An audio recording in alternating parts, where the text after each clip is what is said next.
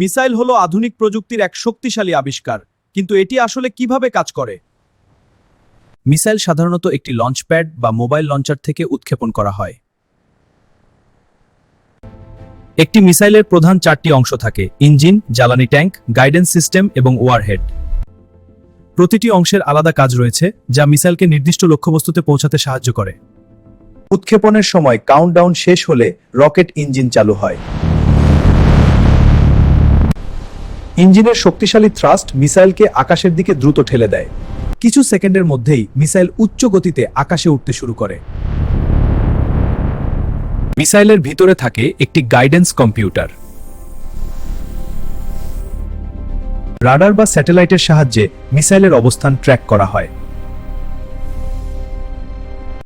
কিছু missile satellite signal ব্যবহার করে সঠিক পথ ধরে এগিয়ে যায়। অনেক মিসাইলে ইনফ্রারেড সেন্সর থাকে, যা লক্ষ্যবস্তুর তাপ শনাক্ত করতে পারে।